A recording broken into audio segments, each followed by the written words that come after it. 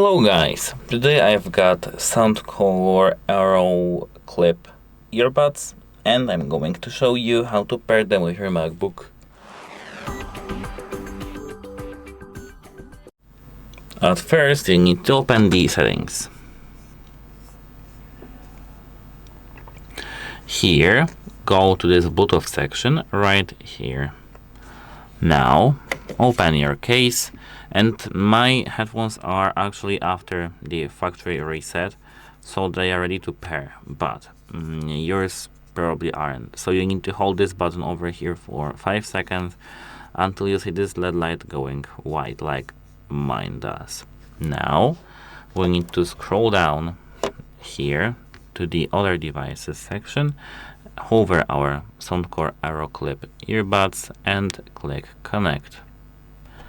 And actually that's all we need to do. That's it. Hope it helps.